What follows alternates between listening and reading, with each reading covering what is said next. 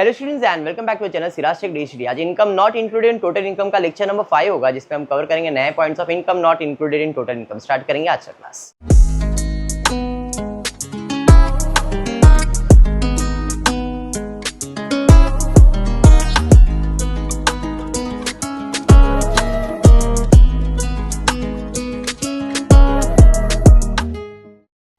आज की क्लास में हम पढ़ने वाले शेड्यूल नंबर 5, सबसे छोटा शेड्यूल। पहला शेड्यूल नंबर 2 अगर आपको याद हो तो इसके अंदर सिर्फ इनकम के बारे में डिस्कशन हुआ था। 3 के अंदर सैलरीज, अदर सोर्स, कैपिटल के बारे में स्टडी किया था। 4 के अंदर फॉरेन, वेरी गुड, कल ही पढ़ा है वो। आज 5th पढ़ने वाले हैं, ये इन्वेस्टमेंट से रिलेटेड है। अब तक ये सारे शेड्यूल्स आपको पढ़ा दिया गया है, ये पूरा नोट्स एक साथ मैं आपको शेयर कर दूंगा, ठीक है।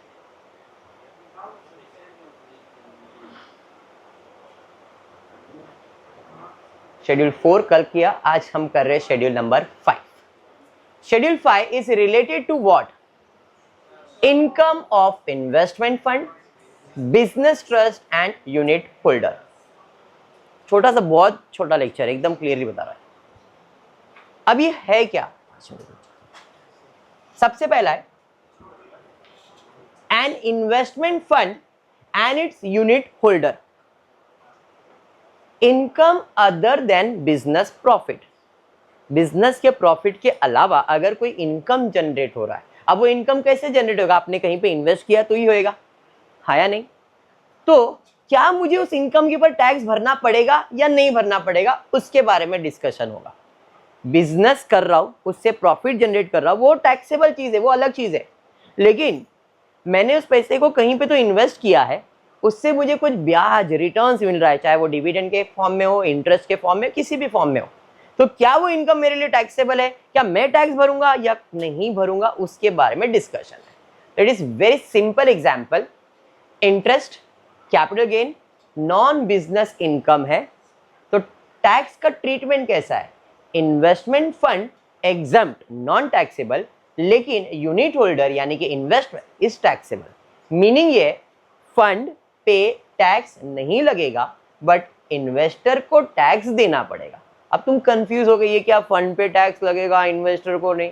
तो एग्जांपल दे दे। ये है निकिता, बराबर है, इसके पास लाखों रुपया है, ट्यूशन ले रही है रोज रोज, और रे बच्चे आ रहे यार, बहुत पैसा कमा रही है। अब पैसा घर में रखने का जगह नहीं है, बेड पे भी पैसा एकदम ऐसा रखा है। अभी बोली क्या करूं पैसे का? सर मेरे पास पैसा है, इन्वेस्ट कर डालो। आप इन्वेस्टर हो, बराबर है, तो इसने पैसा मुझे दे दिया। अब वो पैसा मेरा पैसा नहीं है, मेरे लिए वो फंड है। मैं फंड मैनेजर है। मैं कौन है? Fund manager. अब उस पैसे का मैंने क्या किया?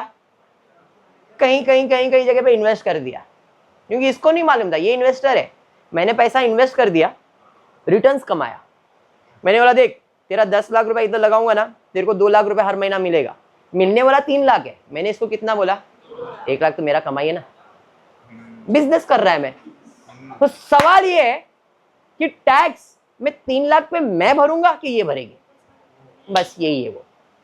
फंड पे टैक्स नहीं लगेगा, मुझे टैक्स नहीं लगेगा, बट इन्वेस्टर को टैक्स भरना पड़ेगा।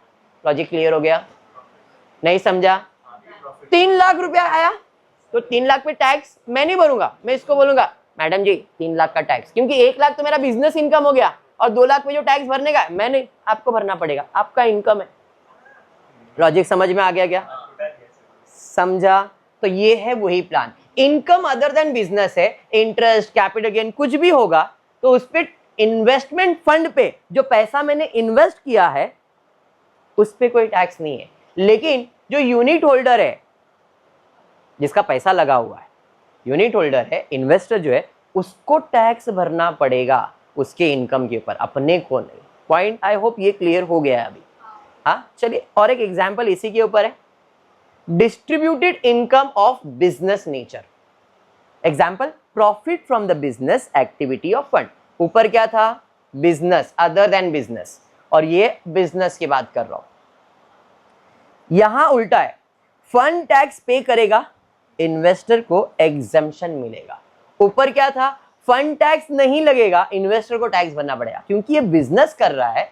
जैसे मैंने 1 लाख की बात किया, मैंने बिजनेस करके 1 लाख कमाया ना, मैंने इसका पैसा लिया, मैंने इन्वेस्ट कर दिया। जब मैंने इन्वेस्ट किया तो जो रिटर्न कमाया, मैंने 1 लाख मेरे जेब में रखा, 2 लाख इसको दे दिया, तो इसने 2 लाख का टैक्स भरा, तो 1 लाख का क्या, तो 1 लाख के ऊपर टैक्स मैं पे करूंगा और 2 लाख के ऊपर टैक्स ये पे करेगी। कब? ये बिजनेस का एक्टिविटी होगा तब। अगर ये बिजनेस का एक्टिविटी नहीं होगा, अदर देन बिजनेस है, तो इन्वेस्टर टैक्स भरेगा। लेकिन अगर वो बिजनेस का है तो फंड मैनेजर टैक्स भरेगा, इन्वेस्टर टैक्स नहीं भरेगा।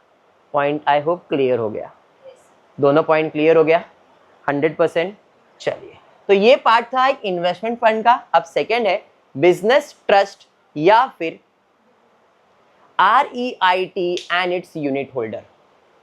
क्या है ये? इंटरेस्ट और dividend from SPV, special purpose vehicle. Special purpose vehicle का इंटरेस्ट या डिविडेंड मिल रहा है अपने को।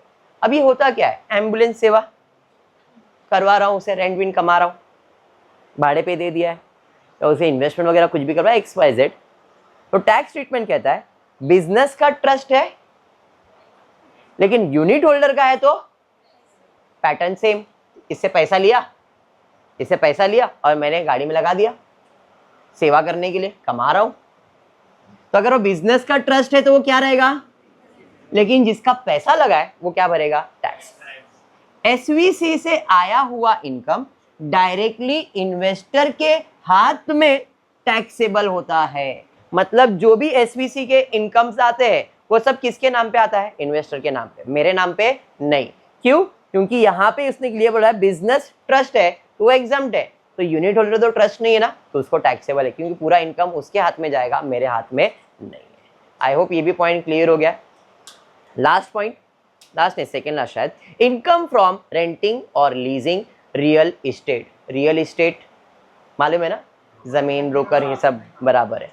टैक्स ट्रीटमेंट सीधा बोला उसने, business from REIT exempt, real estate business का है, यूनिट होल्डर के लिए टैक्सेबल है। सिंपल है, इन्वेस्टर को टैक्स भरना पड़ेगा, बिजनेसमैन को टैक्स नहीं भरना पड़ेगा। इसमें यही बात याद रखना है। रेंट इनकम अल्टीमेटली इन्वेस्टर के हाथ में टैक्स होता है। इन्वेस्टर ने जमीन में पैसा लगा दिया, घर भाड़े पे दे दिया, इनकम जनरेट कर रहा है, तो उसको टैक्स भरना है, मुझे भरना पड़ेगा क्या? The last point, distributed income from business trust. Business trust, business trust, business trust not tax to the extent allowed. ऊपर भी बिजनेस ट्रस्ट है, एग्जम्प्ट होता है, पर यहां पे भी एग्जम्प्ट एक लिमिट तक ही होता है। यूनिट होल्डर जनरली टैक्सेबल होता है, ऊपर ही बताया था यूनिट होल्डर टैक्सेबल होता है, लेकिन कुछ कंडीशन में। पहला है एक्सेप्ट इंटरेस्ट फ्रॉम SPV, अभी बताया था अगर ये SPV का इंटरेस्ट है तो यूनिट होल्डर के लिए क्या है? टैक्सेबल है। लेकिन इधर भी बोल रहा है कि जनरली टैक्सेबल होता है, एक्सेप्ट अगर वो SPV वाला है, क्योंकि ये नॉन टैक्सेबल यहाँ पे, तो इसको टैक्स भरना पड़ेगा। उल्टा होता है, एक में इन्वेस्टर भरता है तो एक में बिजनेस भरता है। जिससे बिजनेस भर रहा है वहां पे इन्वेस्टर नहीं भरेगा, जहां पे इन्वेस्टर भर रहा है वहां पे बिजनेस नहीं भरेगा। ये उल्टा हिसाब है। अब जहां पे अगर यूनिट होल्डर टैक्सेबल है तो बिजनेस एग्जम्प्ट है, अगर बिजनेस टैक्सेबल है तो यूनिट होल्डर क्या रहेगा? एग्जाम। ये लॉजिक याद रखना है खाली।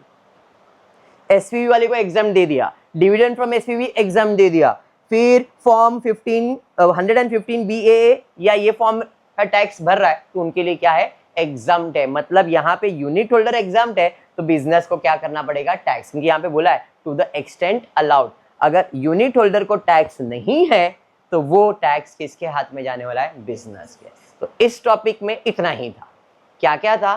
तो अगर बिजनेस से नॉन बिजनेस है, आप इन्वेस्टमेंट कर रहे हो, तो इन्वेस्टमेंट में किसी का पैसा अगर आप इन्वेस्ट कर रहे हो तो या तो इन्वेस्टर टैक्स भरेगा या तो फंड मैनेजर टैक्स भरेगा। फंड मैनेजर भर रहा है तो इन्वेस्टमेंट नहीं भरेगा, इन्वेस्टर भर रहा है तो फंड मैनेजर नहीं भरेगा। पॉइंट क्लियर हो गया क्या?